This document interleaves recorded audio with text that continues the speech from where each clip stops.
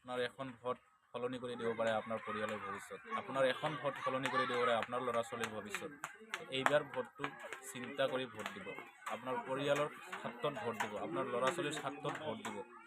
যোন মানুহজনক আমি অলৰেডি 3বাৰ ভোট দি 15 বছৰ তাক ৰাজত্ব কৰিবলৈ দিলোঁ, তেওঁ অকল ধনী মানুহৰ বাবেহে কাম কৰি গ'ল।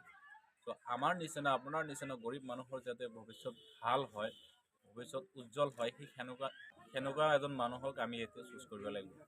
তো এতিয়া ডিচিশ্যন আপোনাৰ। মাত্ৰ কালিৰ দিনটোহে, মানে আমি যেতিয়ালৈকে ভোট নিদিওঁ তেতিয়ালৈকে আমাৰ ভেলু আছে। আমি কিন্তু ভোট দিয়াৰ লগে লগে আমাৰ ভেলুটো শেষ হৈ যাব। যেতিয়া আমি ভোটটো দিম, ভোটটো দিয়াৰ লগে লগে আমাৰ 5 বছৰৰ বাবে আমাৰ ভেলু শেষ। এতিয়া হয়তো ভোটটো দিয়া নাই যদিও এতিয়ালৈকে কিন্তু ভেলুটো আমাৰ আছে।